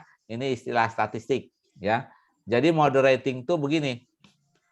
Ini variabel yang mempengaruhi hubungan antara independen dan dependen. Nah, ya misalnya begini. Seseorang ya semakin dia puas pakai produk, maka berikutnya dia akan membeli produk itu tersebut. Ya, misalnya ada seseorang menggunakan merek sebuah sampo misalnya, ya. Pak Haryono pakai sampo merek apa? Saya pakai Emeron. Oke, sudah berapa lama? Saya sudah 3 tahun. 3 Prof. tahun ya. Iya. Pak Syarif pakai sampo nggak? Oh, pakai. Merek apa Pak Syarif ya? Ya, pakai sunsilk. Oke, pakai sun katanya ya. Oke. Nah, sudah berapa lama Pak? Udah lama. Nah, jadi Pak Syarif maupun Pak Haryono pakai merek sampo tertentu sudah lama. Ah, berarti sangat mungkin dia sudah puas dengan apa merek sampo tersebut, ya. Nah, tapi ada orang yang misalnya tadi walaupun kecewa, tapi dia tetap memakai produk itu. Ada yang bisa memberikan contoh? Oh, ya. Apa? Dia kecewa, tapi tetap. Angkot. Ah, angkot, ya. Walaupun kecewa, tetap pakai. Apa penyebabnya, Bu? Nggak ada lagi. Pilihan. Hah? Nggak ada pilihan. Ada, masa nggak mungkin nggak ada pilihan? Sekarang banyak. Kalau dulu nggak ada. Tapi apa yang menyebabkan tidak memilih yang lain? Murah. Nah, biaya. Ya. Jadi ada pilihan lain tapi mungkin lebih mahal. Lebih susah. Nah, itu tadi moderating variable. Jadi kalau misalnya biaya pilihannya murah, maka dia akan berpindah gitu. Jadi kalau dia kecewa, dia pindah ke yang lain. Nah, contohnya misalnya kartu telepon provider. Kalau kita kecewa ganti, karena murah ngegantinya. Nah, tapi kalau angkot walaupun kecewa kita tetap naik. Ya, kita tetap naik apa? Naik angkot tersebut. Karena pilihan yang lain mahal. Oke, siapa yang pernah kecewa dengan PLN? Sering. Hampir semua kayaknya, Prof. Hampir semua. Ada yang bercita-cita berhenti langganan PLN? Ada, Hah? Nggak ada lagi. Nggak ada lah ya. ada, tapi nggak ada pilihan. Ya udah deh. Nah, berarti nggak jadi kan? Kalau Nggak kata jadi. orang Sunda mah katanya hari teu aya pilihan mah. Aduh, kapaksa eta mah. Nah, jadi ya, karena alternatifnya apa? Ada nggak alternatif dari PLN? Ada. Ada. Solar panel. Nah, Lilin. kenapa orang nggak berpindah? Mahal. Mahal dan tidak praktis. Pokoknya mahal. Jadi kita tetap memakai apa? PLN. Tapi sekarang PLN bagus ya. Artinya dia memperhatikan kepuasan konsumen ya. Jadi sekarang excellent. Ini dulu ya. Kita cerita zaman dulu ya. Nah, itu tadi moderating apa? Variabel. Jadi variabel yang berpengaruh. Jadi kalau ternyata biaya ke merek lain mahal, orang walaupun kecewa, dia tetap memakai itu. Nah, jadi tadi walaupun tidak puas, dia tetap loyal gitu. Karena biaya beralihnya itu sangat mahal. Tapi seperti provider, biaya beralihnya murah. Kalau dia kecewa, dia ganti merek nomor telepon. Ya. Nah, ini ya Pak Haryono nih kan sangat setia nih sama pasangannya walaupun kecewa gitu. Nah, ya. Karena ada moderating variable. Nah, apa moderating variabelnya? Ya. Misalnya apa? Oh, warisannya sayang ini gitu kan. Jadi walaupun kecewa, wah ya, Pak Syarif juga gitu kan. Ini sayang nih warisannya. Jadi itu moderating variable ya. Dalam perspektif riset ya, mohon maaf ini ya, sedikit relax ya.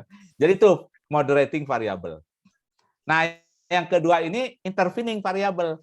Apa yang kita maksud intervening itu? Misalnya begini, jenis kelamin mempengaruhi pendapatan, ya. Jadi jenis kelamin itu gender dan responden mempengaruhi pendapatan.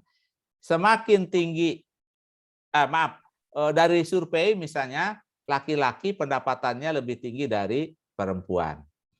Ya, saya ulangi, laki-laki lebih tinggi. Nah, apakah karena laki-lakinya atau karena perempuannya?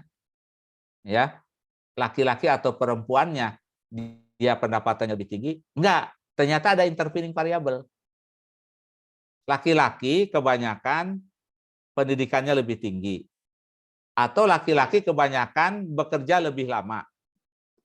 Sehingga punya pengalaman lebih lama, yang berikutnya pendapatan lebih tinggi.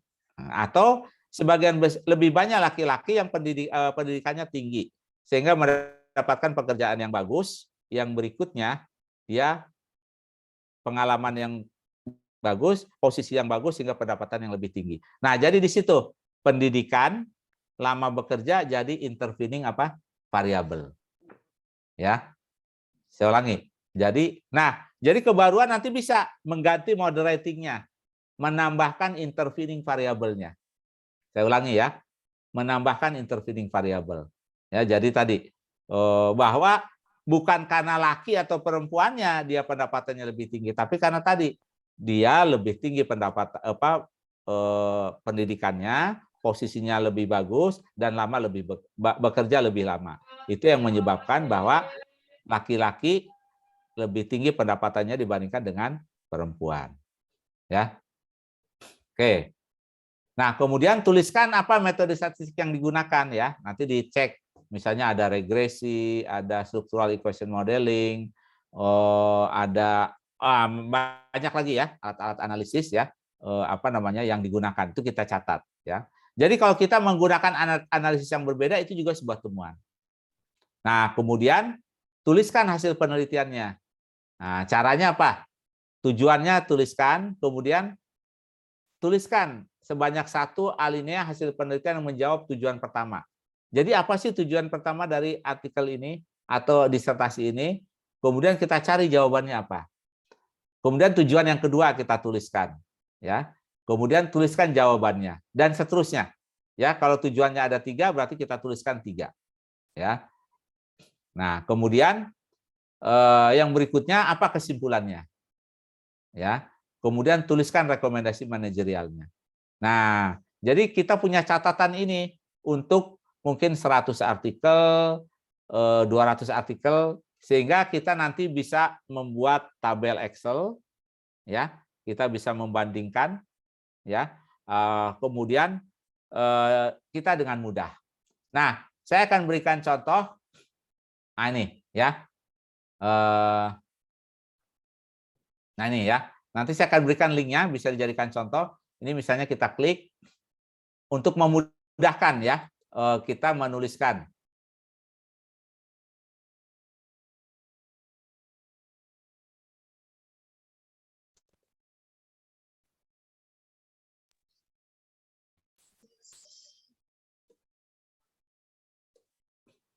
Oke, nampak di sini? Masih putih di sini saya. Masih kosong. Belum, Prof. Masih kosong. Masih kosong. Oke, ini saya stop dulu, kemudian saya share lagi. Nah, ini. Nah, udah nampak sekarang ya? Belum. Belum, Prof. Belum, Prof. Wah, sinyal itu. Ya. Nah, ini sinyal nih, ya. Nah, ini udah kelihatan ya, Prof. Nah, padahal saya belum lunas Udah nih, kelihatan, laptop Prof. saya belum lunas, Pak. Ya, oke ya. Nampak ya? Nah, jadi ini bisa kita isi ini. Ya, Nah, ya, ini kita bisa isi, tuliskan pertanyaannya, tuliskan ini untuk memudahkan. Nah, ya, sebutkan desain penelitian, tuliskan objek penelitian, siapa respondennya, ya, metode pengambilan contoh, nah, tuliskan 3 buah variabelnya, skala pengukurannya. Nah, ini ya. Nah, jadi Bapak dan Ibu, ya,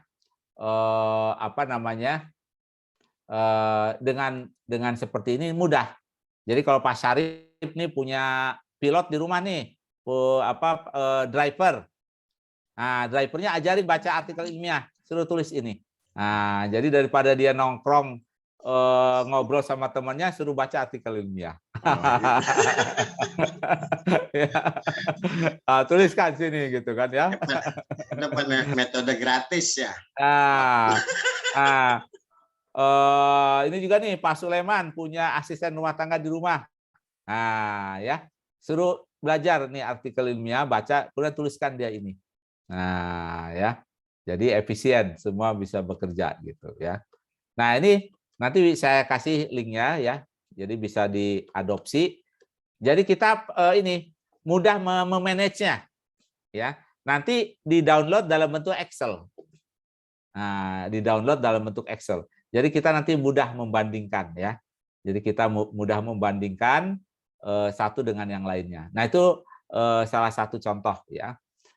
Apa namanya? Salah satu teknik yang bisa kita gunakan ya. Jadi salah satu teknik yang bisa kita gunakan ya.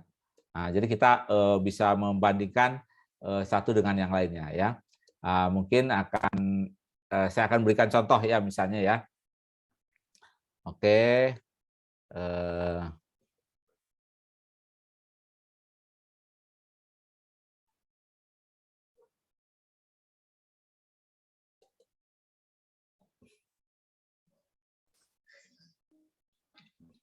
Oke, saya berikan contoh.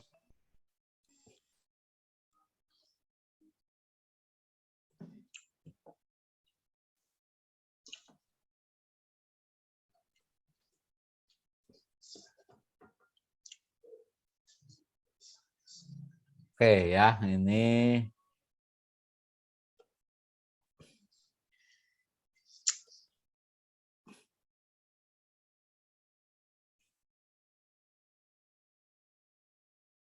oke, ini sudah muncul linknya. Ini masih muter nih. Nah, oke.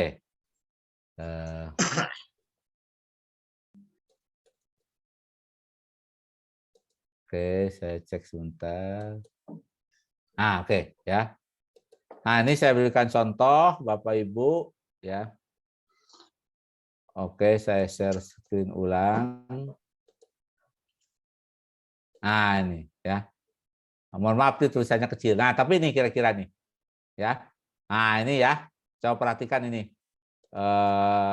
Belum Belum nampak apa ya? kok. Oh, sudah. Sudah. Oke. Oke. Ya. Oke. Nah, di sini ya. Ini latar belakang. Ini sekian artikel. Jadi ini nanti ada 75 atau 100 artikel. Ya. Nah, ini. Oke. Ini agak langgat. Nah, ini ya. Nah, ya. Tuliskan latar belakang. Rumusan masalah.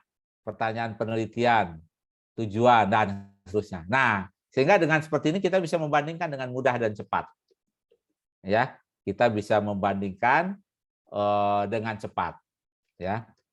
Nah, untuk ingin cepat, ya kita bisa menggunakan tools, ya. Jadi kita bisa menggunakan tools yang disebut dengan Voyan, ya. Nah, ini udah langsung saya secara teknis saya akan pandu ya. Jadi ada tools dari Excel tadi itu kita gunakan ini software ya.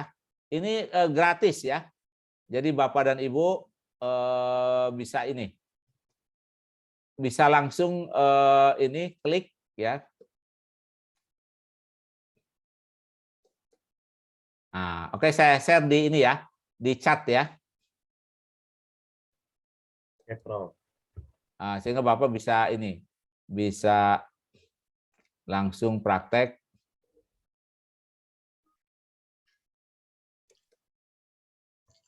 Pak Haryono ngopi dulu. Iya, Sambil aduh, nungguin itu. enak banget. Share Iya, screen-nya iya. itu belum muncul. Oke, nah ini ya, saya klik di ini, di apa namanya, di chat ya. Oke, ini saya sedang ini dulu nih.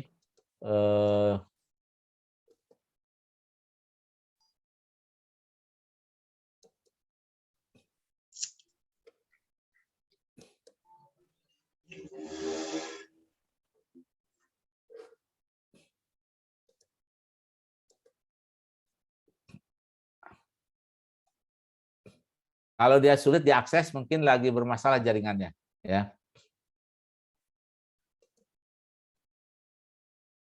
Oh ya, ini lagi bermasalah nih.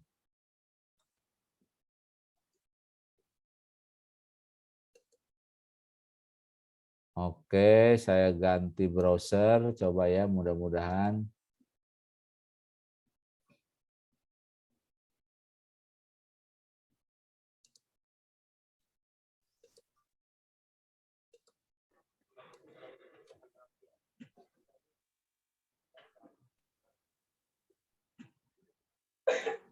Ya, susah diakses Prof. Koyan Ya, tuh. ini lagi susah ini kelihatannya ya.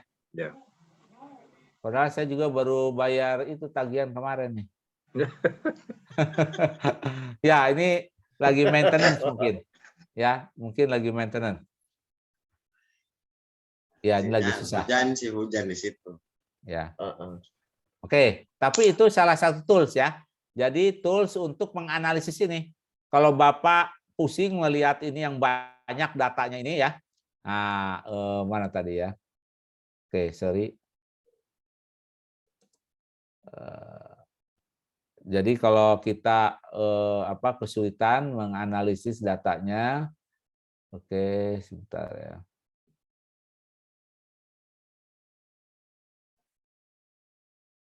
Nah, oke, kembali lagi ke data ya. Oke. Nah, jadi ini data ini membantu ya dengan struktur dengan bantuan Google Form. Nanti Bapak bisa ini saya share ininya ya. Formulirnya Bapak tinggal ini klik ya. Oke, mungkin saya saya di chat ya. Nanti paling tidak dari Google Form-nya.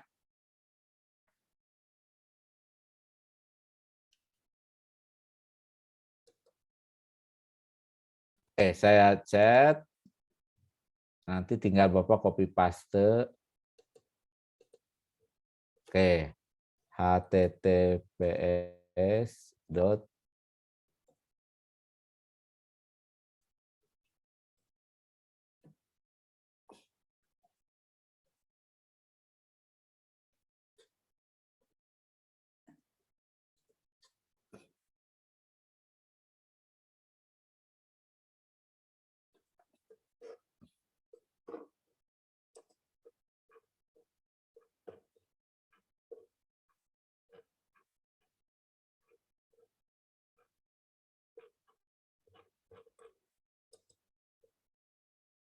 Oh, artikel review, sorry, terbalik ini ya.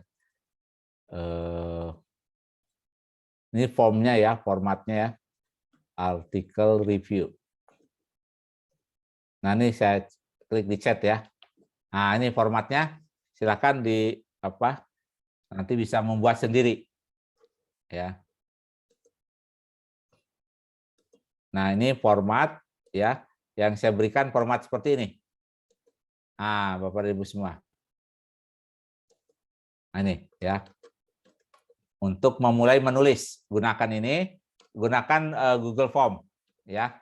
Nah, jadi ini pertanyaan-pertanyaannya yang nanti Bapak isi sendiri. Ya. Jadi ini pertanyaan-pertanyaannya. Oke, baik ya. Secara singkat demikianlah teknis ya menulis artikel ilmiah. Ya, terima kasih. Mungkin silakan bagi ada yang mau bertanya kalau masih ada waktu, Pak Haryono. Assalamualaikum warahmatullahi wabarakatuh. Waalaikumsalam warahmatullahi wabarakatuh.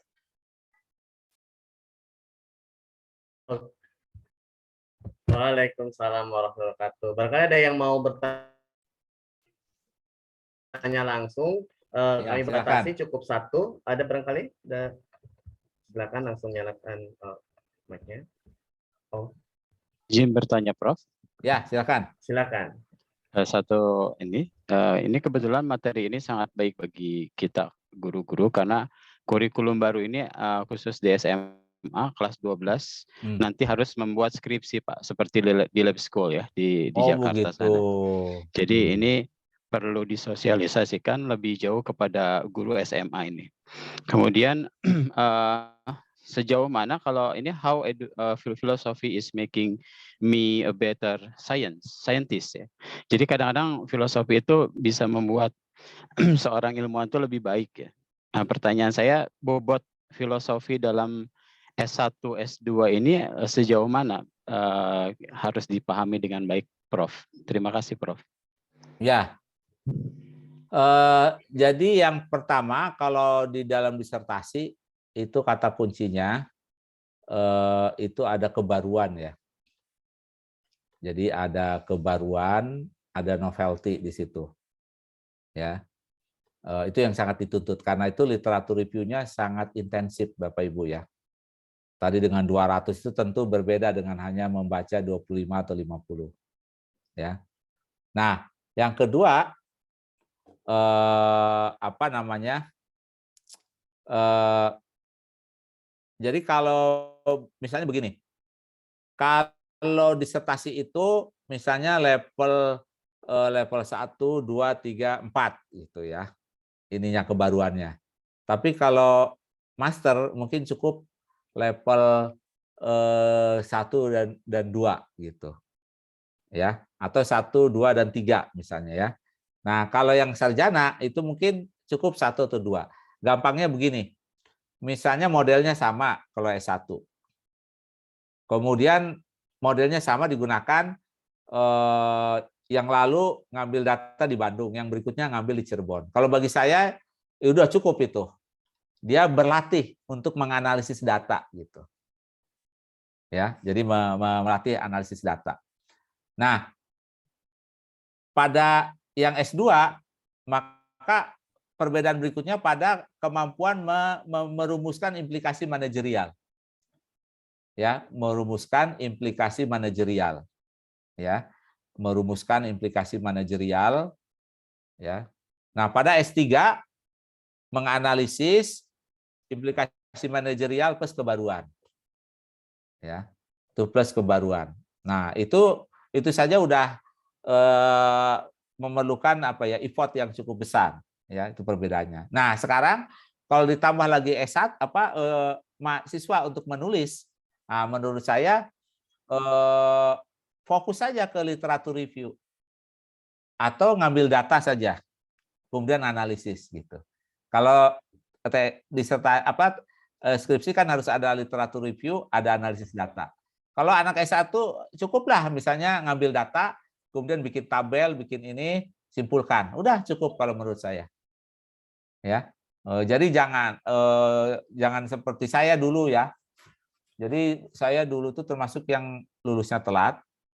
Ada juga teman saya lulusnya lebih telat lagi. Ternyata setelah saya baca skripsinya, rupanya dia dulu dibimbing oleh dosen yang baru pulang dari Amerika, doktor. Jadi semangatnya masih tinggi. Jadi kualitas skripsi dia itu kalau saya baca sekarang itu setara disertasi gitu. Pantesan setahun nggak lulus-lulus gitu ya. Jadi kasihan gitu ya. Pantesan dia agak ini terlalu semangat. Nah, kalau saya kan ngebimbing S1, S2, S3. Jadi saya tahu porsinya ya. Kalau anak S1 kalau udah bisa ngambil data, ada teori 1, ada literatur review, dia benar menganalisisnya ya udah ujian gitu. Jadi jangan anak S1 disuruh nulis S2, apalagi anak S1 suruh nulis S3, kasihan ya. Nah, ini ya. Jadi itu yang kita harus bedakan gitu ya. Jadi S1 dengan mahasiswa SMA mungkin ya exercise lah. Ya, dia exercise data itu seperti apa, dia simpulkan gitu ya. Nah, udah menurut saya itu udah cukup ya. Atau ini literatur review misalnya ya. Misalnya begini, ngamatin dia Instagram. Apa sih Instagram bagi anak-anak SMA itu, kemudian simpulkan. Ya udah itu udah menurut saya karya ilmiah yang luar biasa. Ya, mudah-mudahan menjawab ya. Terima kasih, Prof. Ya, sama-sama. Oke. Terima kasih, Prof. Akhirnya waktu juga yang memisahkan kita ya, Prof ya. Ya, terima kasih. Nggak terasa ini setengah 10. Iya, betul, semangat ya, Prof. Barangkali ada closing statement buat Prof Ujang, barangkali ada yang mau sampaikan. Ya, baik Bapak dan Ibu sekalian. Kalau kita mau menulis, prioritaskan. Itu saja yang penting. Jadi mulai besok pagi lihat Google apa nih yang topik yang menarik, udah tuliskan ya. Terus kebiasaan itu ini dilanjutkan ya. Misalnya kita cari waktu dalam satu hari itu yang enak kapan, misalnya habis subuh, habis maghrib, kapanpun lah. Dan mungkin ini satu lagi ya triknya, usahakan bisa menulis di ini HP ini. Nah, ya di HP ya, ini HP saya nih nggak kelihatan ya. Nah, di HP Karena kalau harus di laptop itu ritualnya panjang, Pak Haryono. Buka laptop, terus nanti Bu ambilin teh gitu ya, Bu ambil kopi, akhirnya jadi tidur gitu ya, atau ngopi gitu ya. Nah, tapi kalau pakai laptop ini langsung kita ketik di situ ya. Nah, terus yang kedua, gunakan aplikasi itu dictation voice. Kita ngomong langsung diketik gitu. Nah, itu juga menurut saya trik yang bagus. Beberapa buku saya digunakan itu. Ya. Apa namanya? Nah, terus yang itu membantu ya. Jadi nanti ada aplikasinya ya, voice to text lah, macam-macam namanya ya. Nah, terus saya punya kebiasaan ini, kalau saya ngajar itu saya rekam pakai HP. Ya. Kemudian saya minta asisten saya atau siswa magang untuk membuat skrip. Apa yang saya omongkan diketik. Nah, itu jadi 2 buku dari situ. Nah, kemudian siswa asisten saya yang udah sarjana, saya hire jadi asisten, dia meneliti itu bahasa atau kalimat. Nah, kan sering nih ada anak-anak SMK mau magang tuh. Nah, itu yang siswa magang kan dia perlu sesuatu, tantangan bagi dia. Nah, itu saya sangat senang ada mereka. Karena saya kasih modal ya, ada laptop, ada headset ya. Kemudian dia mendengarkan kuliah saya, terus dia ketik ulang gitu. Persis. Kadang saya menemukan anak SMK tuh pada ketawa sendiri gitu. Kamu ngapain? Ini Pak lagi dengar kuliah Bapak katanya. Jadi yang anak SMK tuh dengerin kuliah dari mulai S1, S2 sampai S3 gitu ya. Kemudian dia ketik gitu. Nah, ya. Itu cara yang paling mudah tuh. Ya. Jadi saya selalu pakai HP gitu. Saya bilang maaf ya, ini saya bukan ngajar sambil buka-buka HP, tapi lagi ngecek suara saya terekam enggak gitu. Udah dikantongin. Jadi saya dokumentasikan dengan baik. Lumayan dari situ ada 2 buku saya menerbitkan buku dari saya mengajar, saya rekam gitu. Ya. Nah itu beberapa tips ya.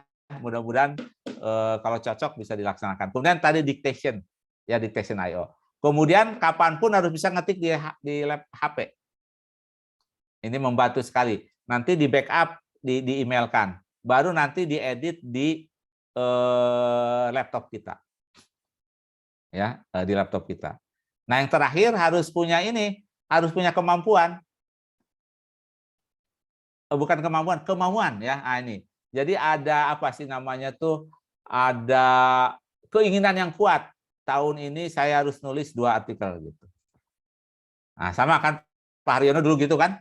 Ya, waktu sama mantan pacarnya kan, istri kan, ini harus saya dapatkan tahun ini. Nah, ya, harus saya lamar tahun ini. Nah, ternyata bisa kan? Nah, sama nulis artikel juga gitu. Tahun ini nih, Pak Ruli gitu kan ya, sama mantannya di rumah kan? Ini sebelum Ramadan ini harus sudah saya lamar nih. Wah, udah all out. Nah, jadi mirip lah gitu ya. Jadi kalau sama, saya juga begitu. Setiap tahun saya harus nulis buku. Kalau nggak bisa sendiri berdua, kalau nggak bisa berdua bertiga. Nah, jadi beberapa buku saya tulis bersama mahasiswa saya. Dan mahasiswa saya juga senang diajak ikut nulis gitu. Ya. Nah, tahun 2020 saya diminta Direktur Jenderal Pendidikan Tinggi untuk menuliskan pengalamannya mengenai e-learning saat mengajar. Nah, itu ada yang dari ITB, ada dari UGM, ada dari beberapa. Nah, saya mewakili IPB disuruh menulis. Nah, itu tadi, Prof. Ujang harus selesai 1 bulan. Nah, itu tadi, saya ngebut 1 bulan itu ya. Pokoknya di mobil, saya lagi sedang tidak nyetir, saya ngerekam gitu. Baru nanti cari dukungan pustakanya. Kemudian kita cek, kemudian kita edit. Nah, alhamdulillah jadilah. Ya, nanti saya kasih digitalnya ya. Ada bukunya ya. Mengenai pengalaman e-learning beberapa dosen di Indonesia ya. Itu yang memanage dulu mantan rektornya UT, Ibu apa namanya? Itu kebetulan kawan ya. Kemudian ada beberapa guru besar lagi. Ya, Ibu Tian, betul ya, Ibu Tian. Nah, itu saja mungkin, maaf kepanjangan ininya. Closing-nya, maaf. Terima kasih banyak Prof. Akhirnya ada semangat buat menulis lagi nih, Prof. Buat Amin, amin. kawan-kawan. Oke, terima kasih ilmunya ya, Prof ya. Sama-sama ya. Mungkin barangkali nanti kita bisa kerjasama juga nih, Prof. Siap. Dengan Bapak Ibu guru Ya, kita hebat yang senang ada lah di grup bisa ini. kolaborasi Oke, ya. Terima kasih ya, betul Prof. Demikian tadi diskusi bersama Prof Ujang. Mari kita ucapkan hamdalah. Alhamdulillah. Alhamdulillah. Terima kasih banyak Prof atas ilmunya. Ya, sama-sama. Terima kasih. Oke, kita Nih, dokumentasi dulu ya, Prof. Dia dokumentasikan. Silakan. Oke, sebentar, Prof. Pak Joko bisa dibantu, Pak Joko? Saya pakai HP ini, Pak. Oh, gitu. Sebentar. Ya, bantu. Bu Ari. Oke, Bu Ari. biasanya, ya. Oke. Silakan komunikasi Bu Ari, ya. Boleh Ya. dibuka webcamnya? Silakan Bapak Ibu dibuka kameranya. Ya. Dibuka kameranya. Dari awal itu Ya. udah dibuka. Senyum, jangan lupa. Ya. 1, 2, 3. Baru layar 1, layar 2. 1, 2, 3. Alhamdulillah. Ya, nanti di-share fotonya Pak Har ya. Oke, siap, Prof. Saya Oke, kirim Bapak Ibu, ya. semoga sehat semuanya ya. Baik, terima semangat kasih ya. Prof. Ya, sampai ketemu lagi. Terima kasih, Prof. Assalamualaikum. Biasa Pak tercerahkan. Haryono, Terima Ibu kasih. Ari, Prof. mohon Iya, izin. terima kasih, beliau, Prof. ya. Sama-sama Terima ya. kasih juga, Semangat. Prof. Ya. Assalamualaikum. Saya sebagai moderator, mohon maaf atas Waalaikumsalam. kesalahan saya. Marilah kita beri tepuk tangan untuk kita semua. Wassalamualaikum warahmatullahi wabarakatuh. Sepenuhnya saya kembalikan kepada host Bapak Joko. Terima kasih Pak Joko, mangga. Ya. Terima kasih, alhamdulillah hari ini luar biasa. Saya terus terang Prof ini sedang baru semester 1 Prof, jadi sedang mencari-cari ini. Terima kasih sekali, sangat inspiratif dan tercerahkan. Dan ini Amin. kemarin ada apa itu namanya? Kami di Majalengka tuh bikin jurnal ya, jurnal pendidikan. Ternyata macet Prof. Nah, masalahnya di sini. Gitu.